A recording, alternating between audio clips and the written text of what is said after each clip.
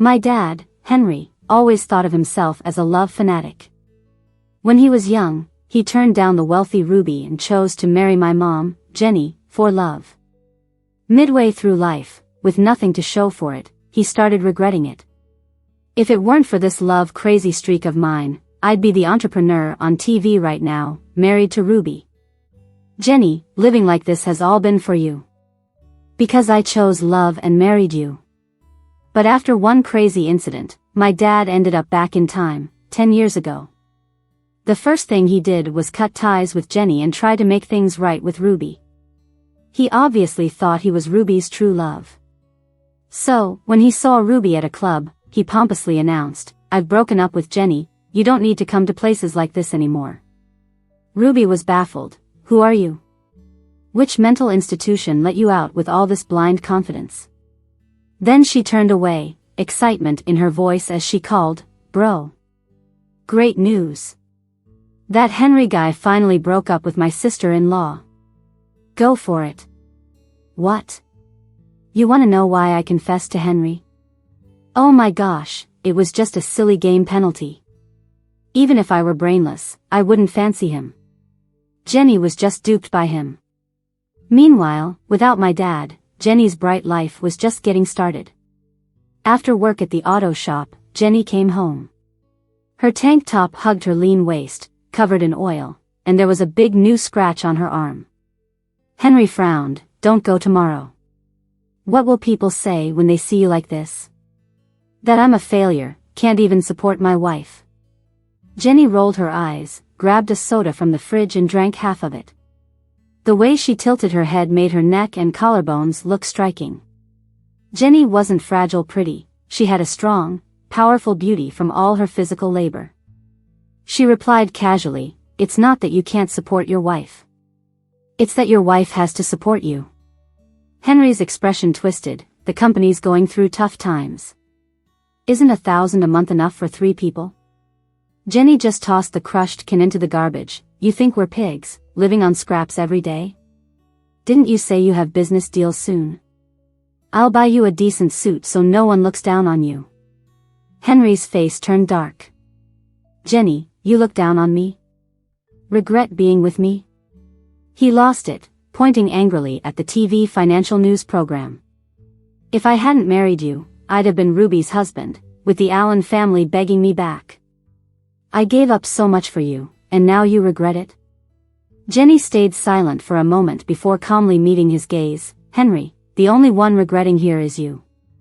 Henry suddenly couldn't look at Jenny. He tossed a bag at her. "Go find Jackson from the Smith family. You don't need to suffer with me. With the Smith family backing me, the Allen family will accept me.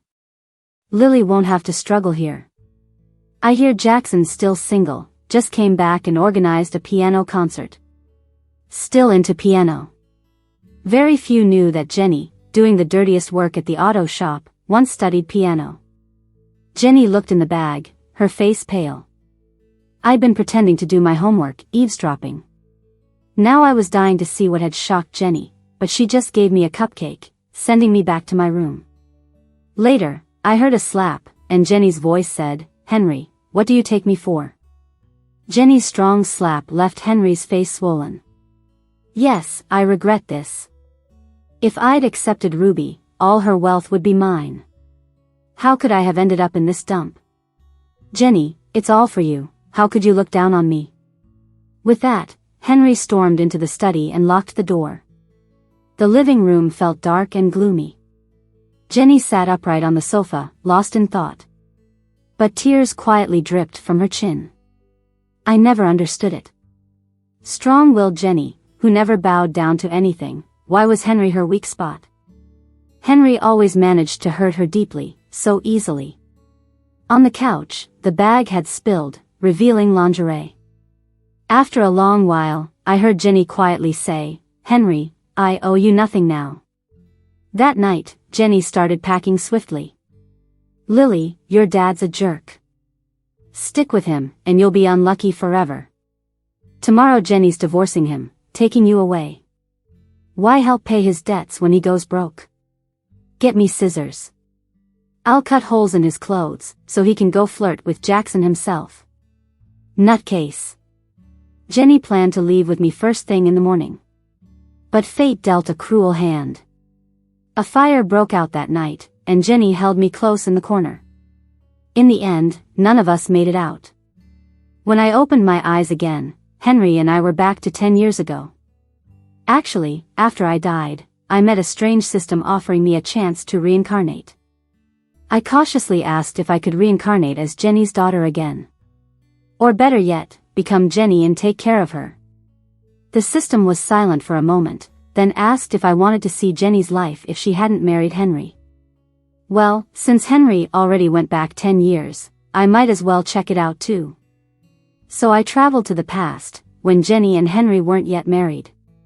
Back then, my dad, Henry, was a cold and brilliant star at Cambridge, living frugally but strikingly handsome. At graduation, he publicly rejected Ruby's advances, claiming he had a girlfriend. Less than a month later, he proposed to Jenny. I ended up right at the proposal scene. In the square, Henry knelt on one knee, roses in hand. Jenny was caught off guard, just raising her hand amidst the crowd's encouragement when Henry suddenly changed. He stood abruptly and tossed the roses into the trash without hesitation. Sorry, Jenny. There's someone else I like. Being with you won't bring happiness. Let's stop seeing or communicating. And you don't need to feel guilty or try to make up for things. I don't need your pity. With that, Henry walked away, desperate to avoid repeating past mistakes. Jenny stood there, stunned for a while. I hurried to catch up with Henry. As he was leaving a flower shop with an expensive bouquet, he noticed me. Amazement flickered before he accepted my presence calmly. Lily, we've gone back to 10 years ago, remember that lady on TV? She always liked me. If I don't marry Jenny, I'll be with her. So, you can come with me to the Allen family to meet Grandpa. I know, my grandpa's the head honcho of the Allen family. And Henry? Well, he's just the illegitimate kid my grandpa had on the side. Since there's a real heir in the Allen family, Henry was never accepted back. People always mocked him for his background.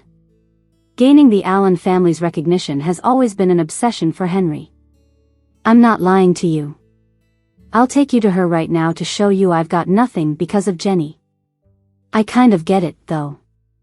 Henry wants me around because I've seen him at his lowest. Now he wants me to witness his success. He needs to prove to everyone that he's right. I'm, of course, the perfect choice for that role. The person Henry's been hung up on for 10 years? It's the wealthy Ruby. If Henry could marry Ruby, the Allen family would definitely acknowledge him as one of their own. So now, Henry is dead set on reclaiming everything he missed. We headed to some fancy club. I hid outside the door, sneaking a peek as Henry went in with flowers. The place was full of rich girls. Ruby sat in the center. The room was dim, and Henry's cool demeanor didn't really fit. Yet, he caught everyone's eyes immediately.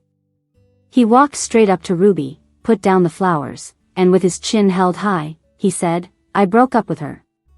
You don't have to come to places like this to let loose anymore. Ruby pushed away the male model in her arms, eyeing Henry for a while.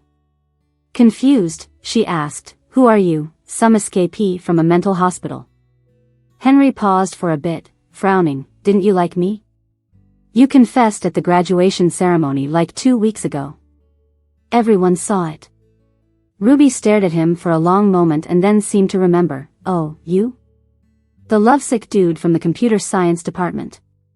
She glanced at the roses, showing a little interest. You really broke up? Henry nodded slightly, maintaining his icy demeanor. Yeah, I initiated it. Why?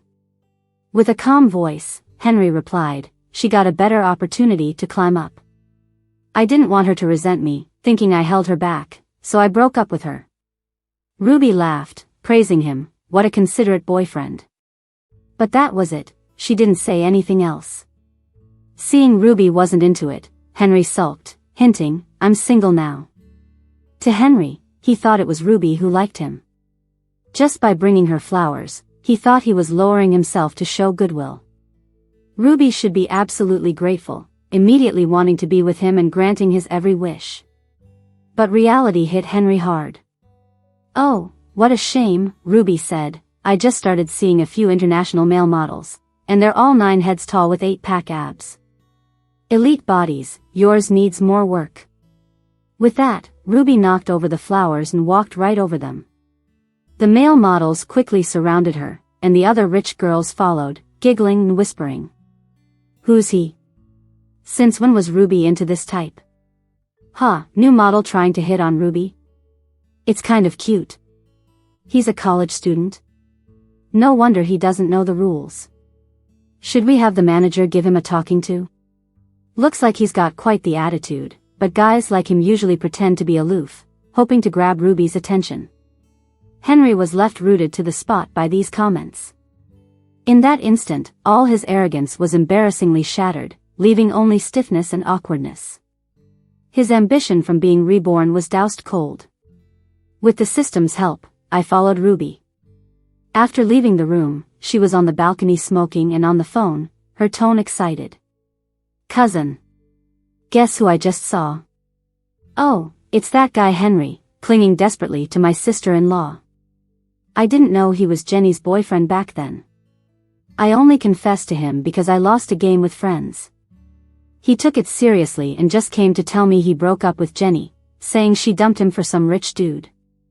It sounds fake, though. You're loaded and you didn't win her over. Honest, man, this time you gotta make a move fast.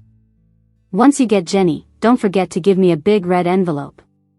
On the other end, a voice chuckled, "I'll send you a big red envelope right now. You've done well this time." Ruby gladly accepted the envelope, then remembered something. "Oh dear, you don't think he'll hurt Jenny, do you?" The voice replied, "No, Jenny's with me." Ruby understood in a flash. Ooh. Got her to tutor my little nephew on piano again? Jenny said before she wouldn't teach anymore. How'd you coax her back? The system told me that on the other end of the line was Jackson, the head of Smith family. He's also the guy Henry wanted Jenny to charm by wearing lingerie.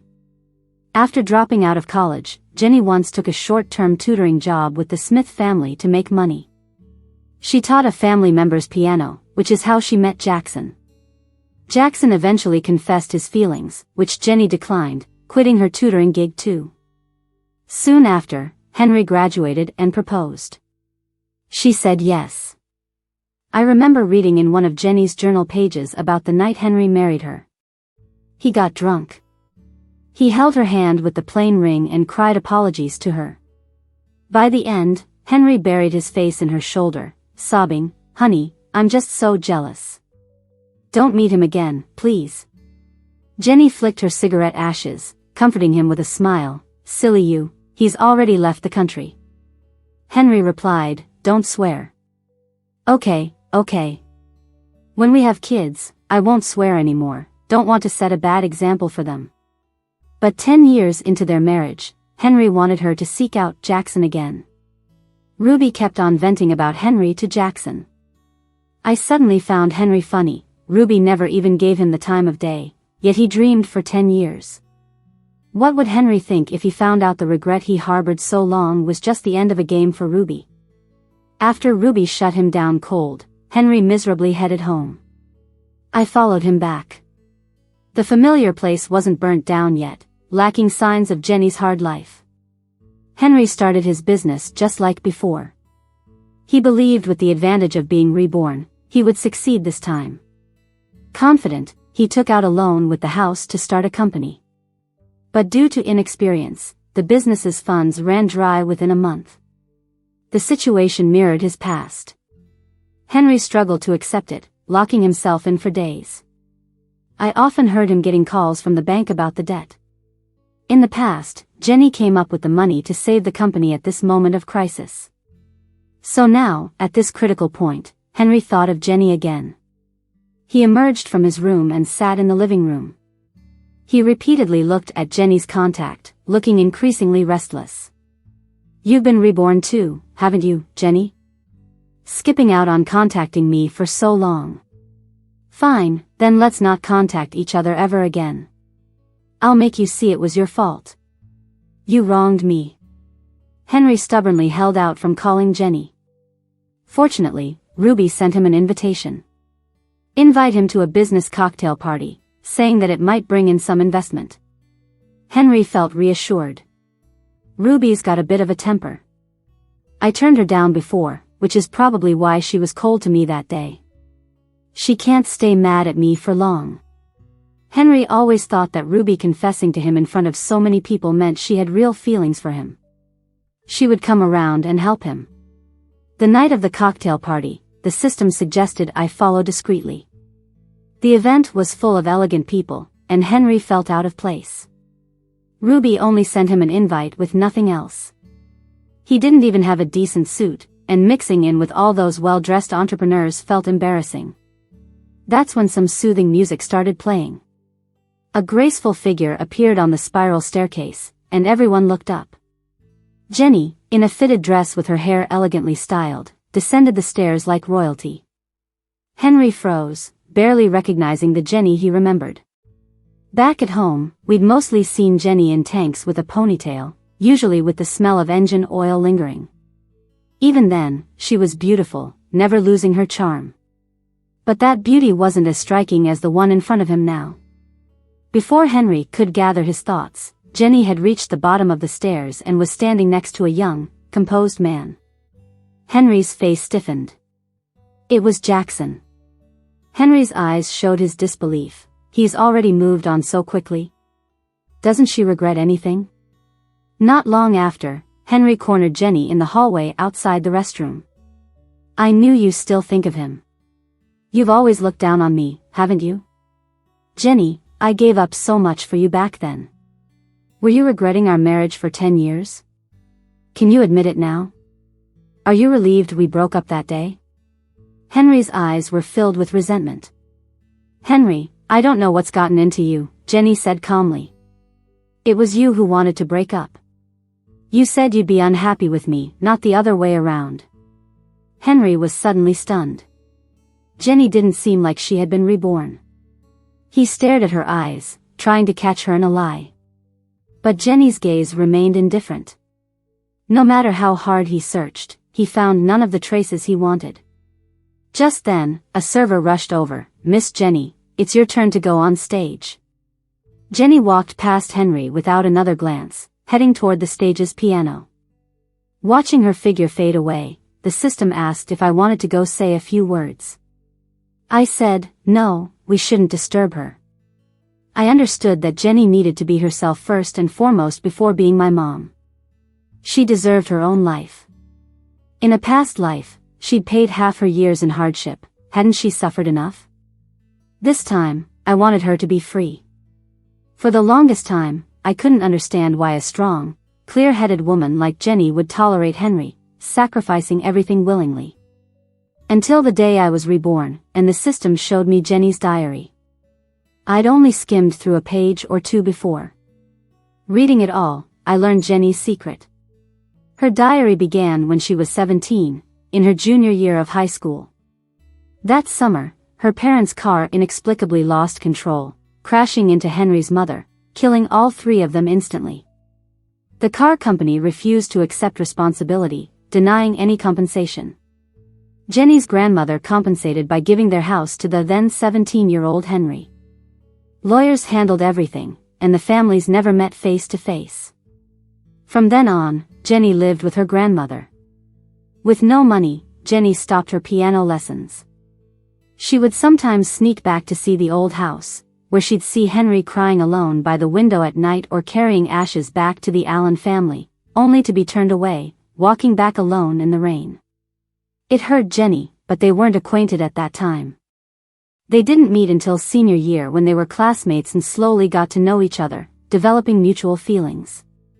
Later, the two were admitted to the same college. But both lived financially tight. In their freshman year, Jenny's grandmother passed away, leading Jenny to leave school and learn car repairs at a shop. Day after day, she would crawl under cars for hours, covered in grease, exhausted. Deep into the night, she'd find some time to play her beloved piano, practicing in solitude. Jenny worked hard to earn money to support Henry's studies, saving every penny for when Henry would start his business. Over 3 years, she strained herself to make as much money as possible. The car accident took 3 lives, but it was Jenny who felt truly dead. Now, it felt like Jenny was finally alive. At the party under the grand chandelier, Jenny played her favorite piano piece on stage. Everyone listened intently, blown away by the intensity and wild emotion expressed through her music, like wild grass, untamed and unending. Henry stood in the corner, watching the dazzling Jenny on stage.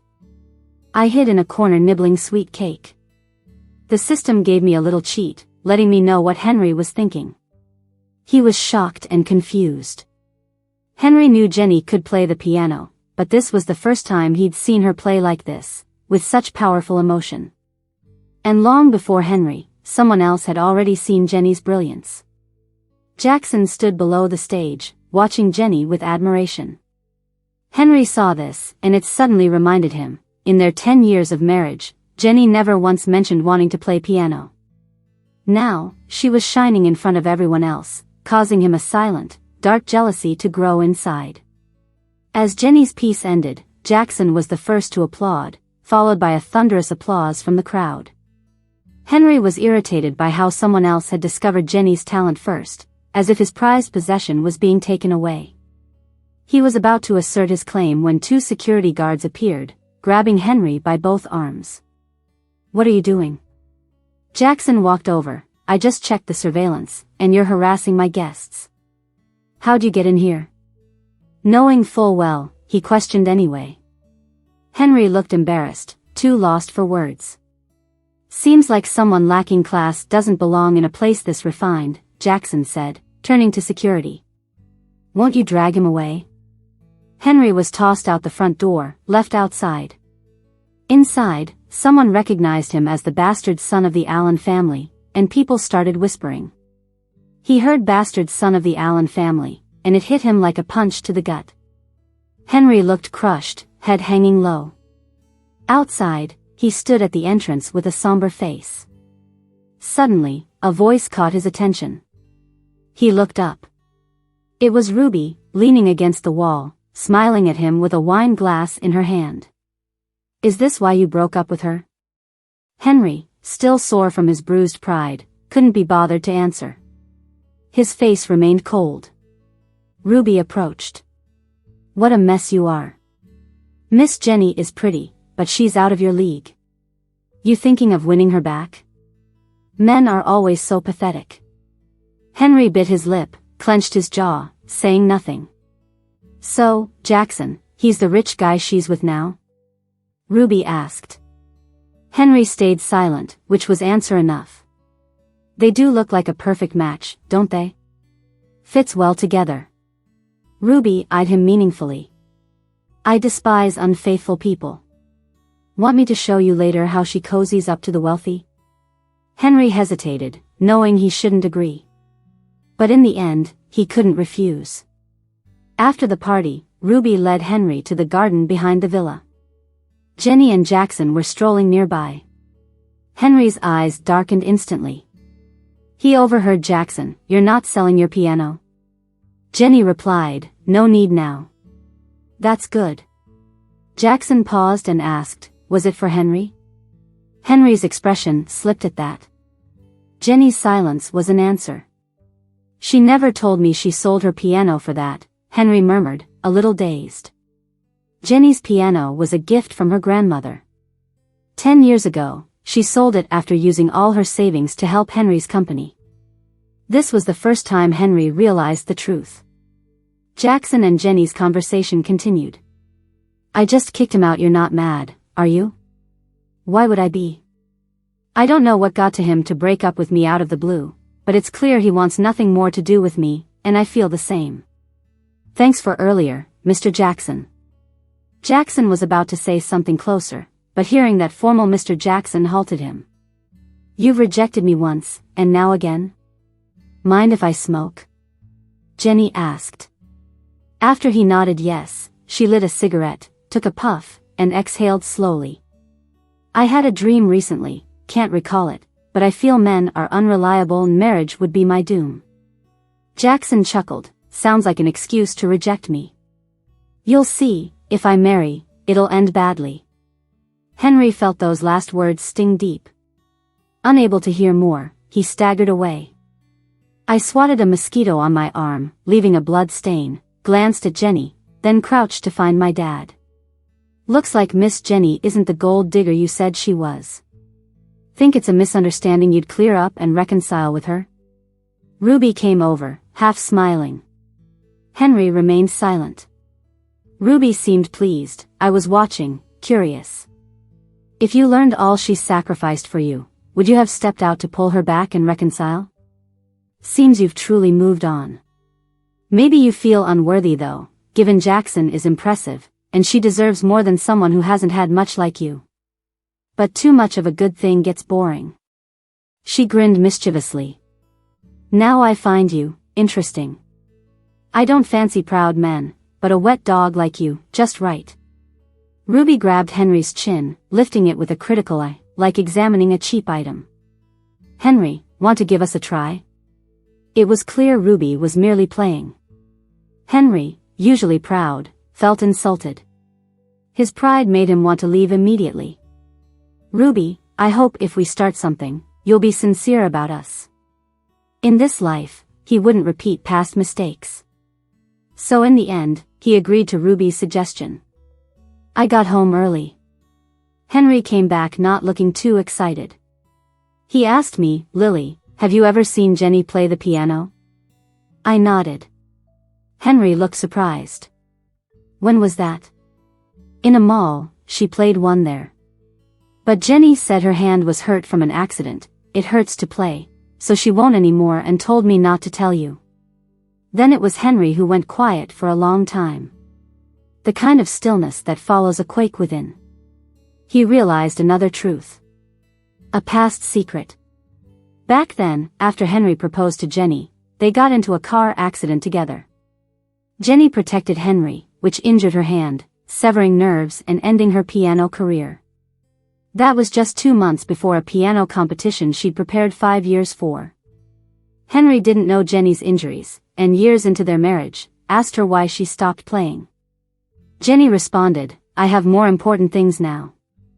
Back then Henry didn't understand, but now he knew what he'd lost. He knew who was truly held back by life. That night, Henry sat on the couch, zoning out. He wondered if this was laughable. Who had truly held back who? Finally, Henry removed Jenny's number from the blacklist. Much time passed before he finally sent a message, only to see he'd been blocked. Henry sat in silence longer than before, staying in the living room all night. In the past life, Jenny used to sit there, in tears, on that very couch. The next day, Henry removed his SIM card and got a new one. After that, he started showing up around Ruby a lot, joining her at fancy places and social events.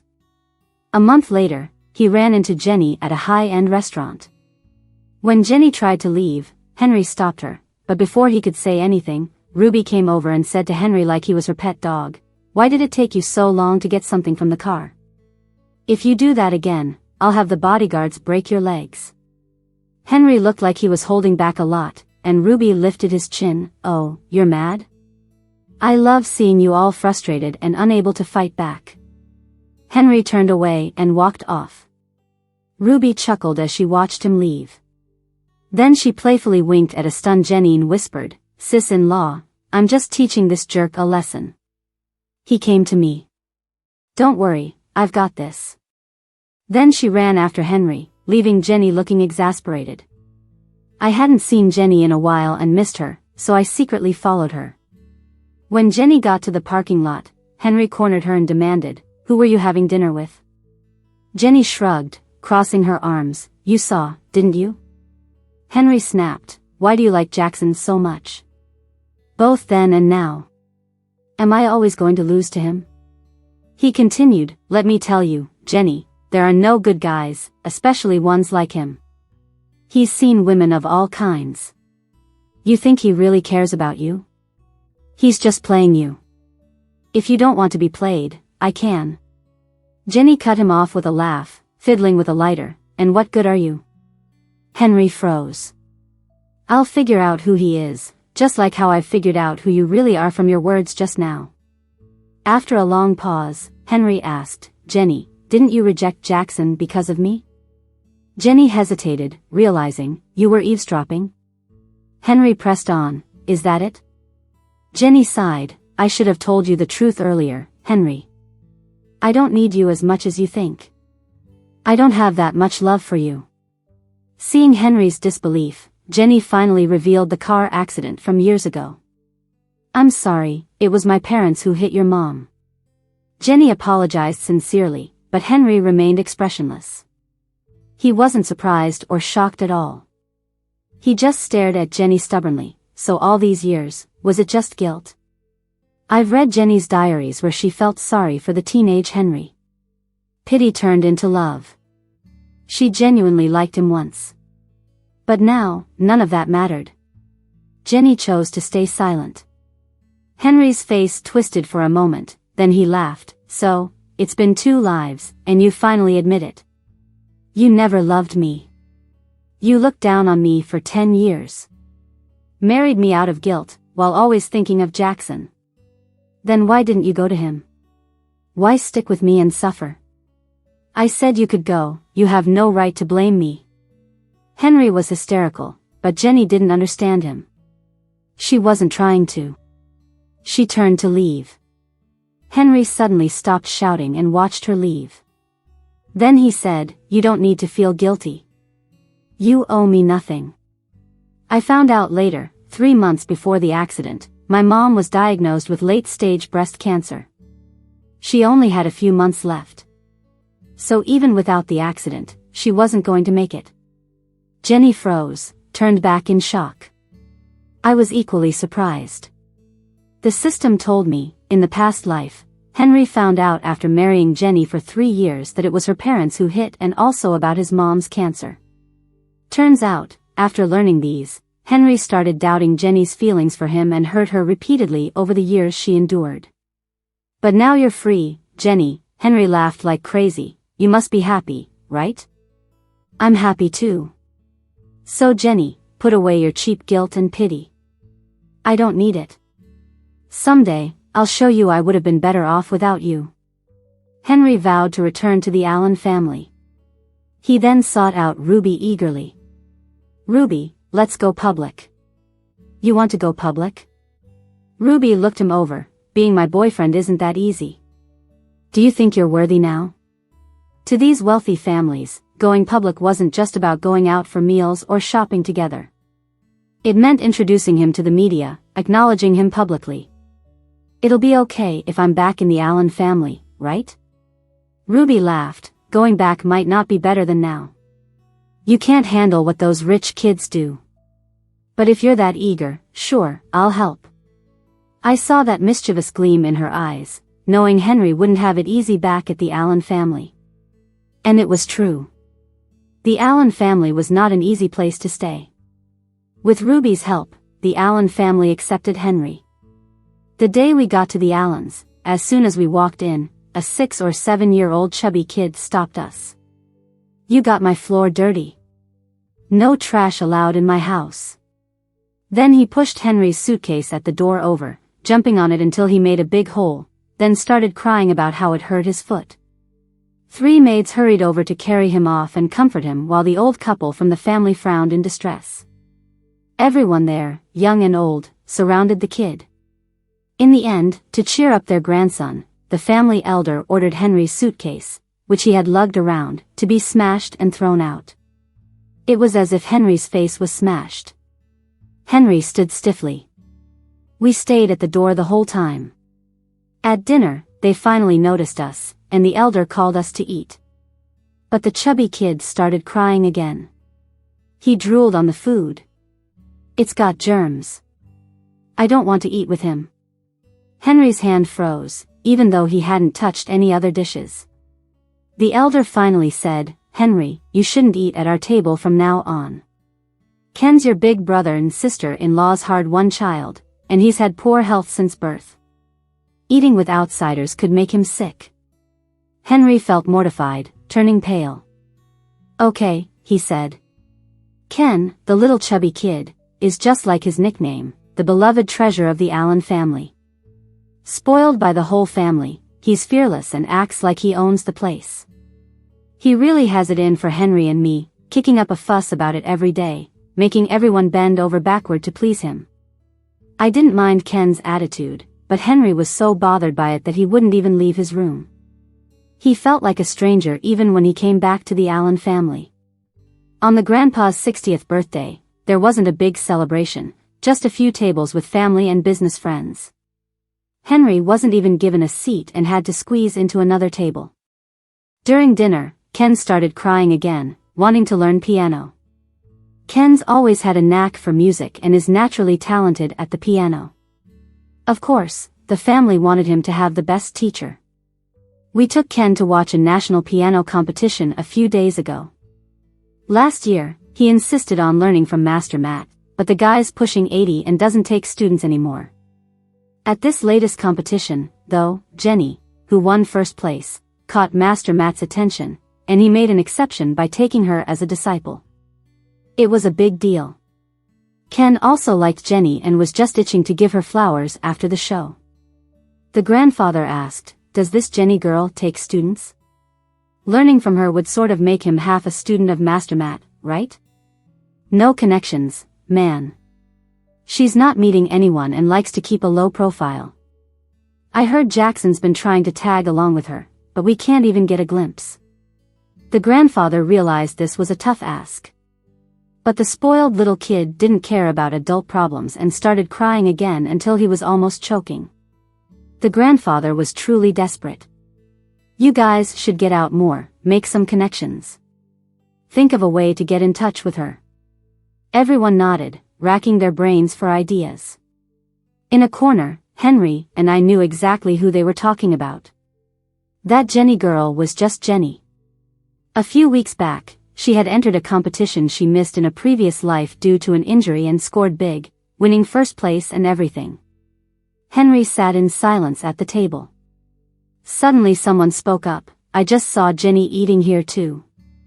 I know her former university professor, been to their college. Should I invite her over?" "Hurry up and do it." Ken, teary-eyed and hiccuping, perked up, "Yay. Will Jenny be my teacher? I want her to be my teacher."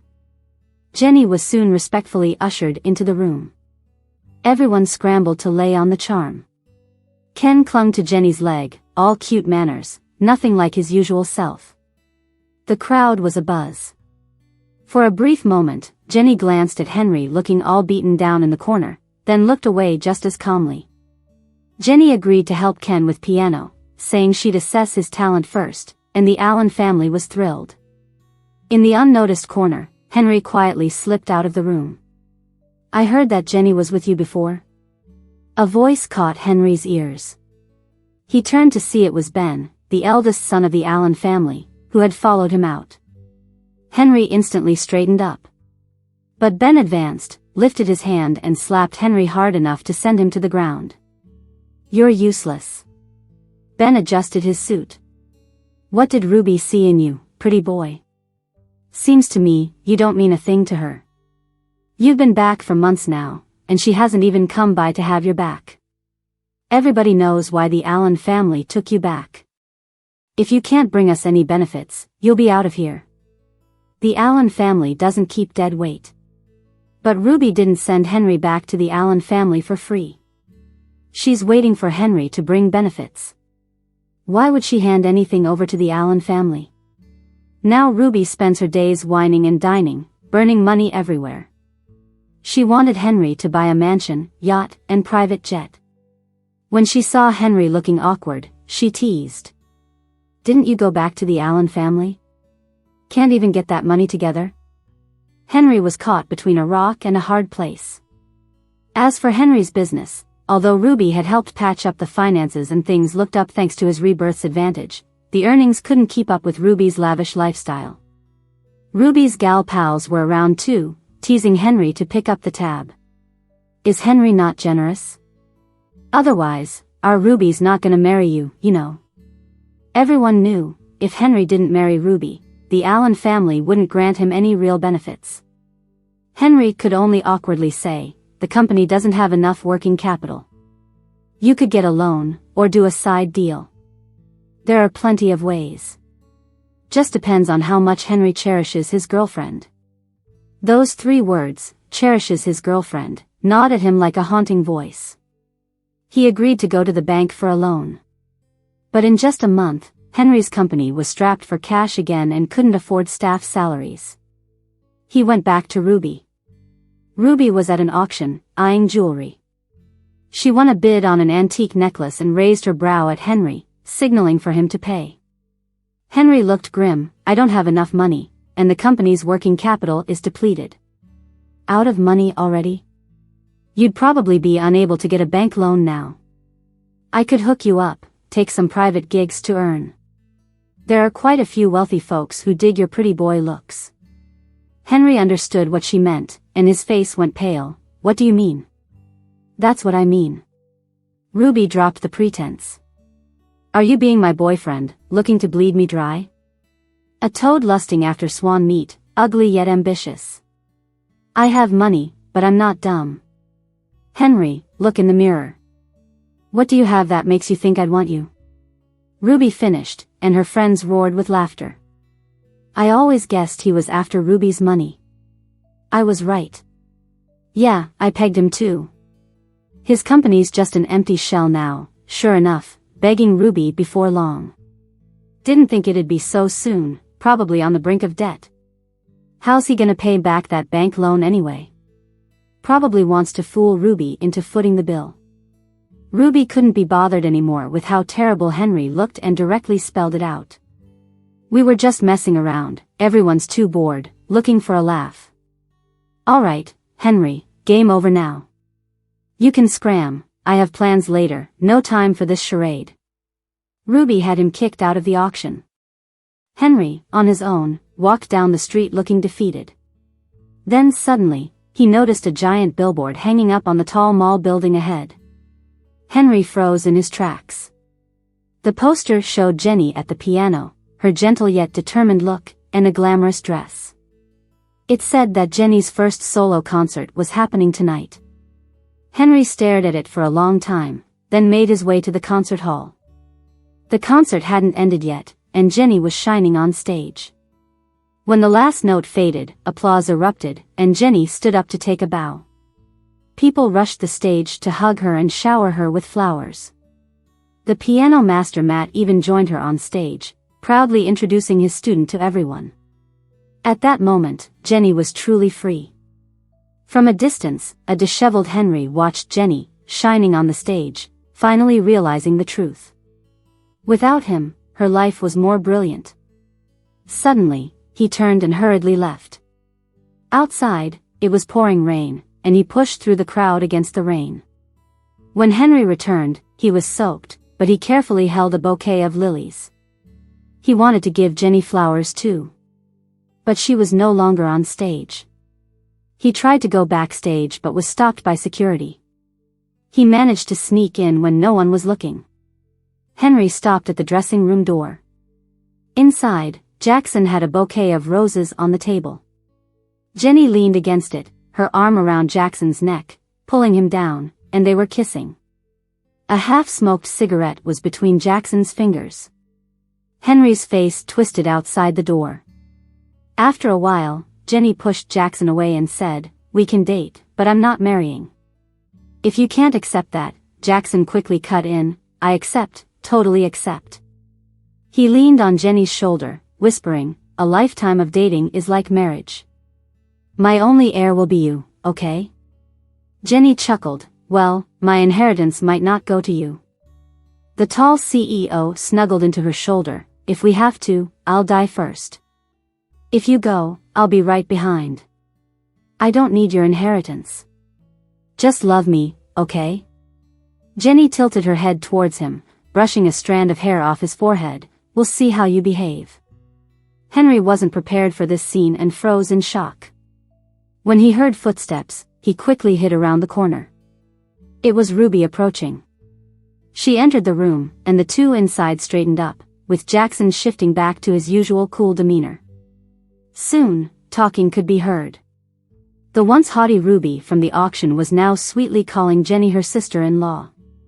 "Sis, this necklace I just bought at auction, it's a gift for you. Congrats on you and my brother." Ruby continued, "I have to apologize. Henry breaking up with you might have had something to do with me." Then Ruby confessed she had made a move on Henry during graduation because of a lost bet in a game. "It wasn't serious, but he took it that way," she explained. Jenny was unfazed. "You just proved he wasn't worth it. If I didn't see it now, I'd find more reasons post-marriage to hate him." Ruby clung to Jenny, "He's a fool. So full of himself and trash-talking you. I was just playing with him, he thought I liked him for real." As if Henry didn't know how to react afterward. Turned out, he was wrong all along. The things he thought were almost his weren't even close. His face went blank before turning and leaving, defeated.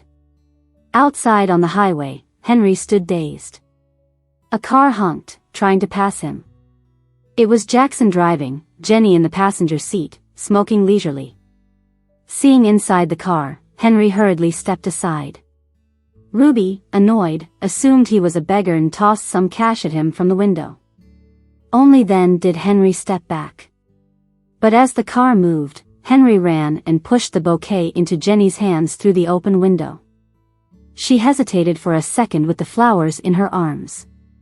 But a hand reached over from the side and tossed them out. "Sorry, she already has flowers." Henry picked up the discarded flowers and stubbornly held them out to Jenny. She didn't take them. Instead, she flicked her cigarette, the ashes landing on Henry's hand, burning him slightly. The smell of burnt flesh lingered. Then I heard Jenny say, "I don't take trash." Henry looked like he was stabbed, turning paler by the second, his eyes filled with pleading. But Jenny still didn't accept his flowers. The car drove away. Henry knelt on the ground, clutching the lilies, repeatedly saying sorry. "Jenny, I'm sorry, it's my fault. I never regretted it, I was just scared you'd regret it. I feared you only stayed out of guilt. I just wanted you to truly like me once. I'm sorry." But Jenny was already moving forward, without a backward glance. Lily's epilogue. When I met Jenny again, I was playing a piano piece in the same mall from our past life. It was the piece Jenny taught me before. Back then, she told me it was her own composition. This time, Jenny stood and listened for a long time, asking if I wanted to learn piano with her. Ruby pinched my cheek, asking where my guardians were. I hid behind Jenny. "Auntie, you're hurting me." By then, Jenny had been with Jackson for 2 years, and their relationship was public. Even without marriage, everyone believed they were a couple. So naturally, Ruby would be my aunt. Ruby was shocked. "Who's your aunt?" I tugged on Jenny's sleeve and looked up, saying, "Jenny, I want to learn piano from you." Jenny seemed a bit surprised, then smiled and said, "You're so sweet." Hearing me call her Jenny directly, Jackson stood by, a bit taken aback too. Then he picked me up and looked at my face. "Little one, you look a lot like my wife." I asked, "Can I call her Mom then?" Jackson laughed. "If she's willing to be your mom, I sure hope she'll let me be your dad forever." Jenny really liked me. She said she felt I should be her daughter. So she became my mom again. I moved into a house that Jenny bought, with a whole wall filled with trophies. Jenny, being the youngest, had a lot of care from her older peers who'd visit often, and even Master Matt would drop by, making it feel like a close-knit family. On my birthday, they all showed up to celebrate with me and even gifted me an antique piano. I knew they were so kind to me because they considered Jenny family. In this life, Jenny had many friends, people who cared about her, and a beloved career. She wasn't alone anymore. Besides me, Jackson also lived in Jenny's house. He was in charge of cooking, doing laundry, and cleaning the bedroom for Jenny every day. Once when Jenny had to go abroad for a competition, she planned on taking me with her. But I got sick and had to stay back last minute. That afternoon I recovered and went out looking for something to eat. I overheard Jackson in the study talking about Henry. Henry had been admitted to a mental hospital. Not long after he met Jenny, he got kicked out by the Allen family. His company went bankrupt, and he owed a lot in bank debts. A lot of people came to demand repayment. Henry started losing his mind, kept insisting he was reborn, saying Jenny was his wife. He kept mumbling, "Jenny likes me, she accepted my proposal, we'll get married, have a daughter, I'll treat her right for life, I'll get her piano back, and take her to the hospital to check her hand, I want to know if it still hurts. Jenny, I'm sorry, I was just scared you didn't love me, I was only mad you didn't love me, afraid you were just guilty, that's why I said those hurtful things to you, I'm sorry." Seeing his unstable behavior, those people sent Henry to the mental hospital. He was rumored to self-harm frequently, often holding shattered glass until his hands were bloodied, constantly apologizing. Jackson, after listening to his subordinate's report, glanced through the medical records. He instructed the hospital to give Henry proper treatment, not to worry about the cost, even if he had to stay there forever, the Smith family could afford his medical bills. The smart subordinate turned and immediately called the hospital, saying, "Then let him stay there for life."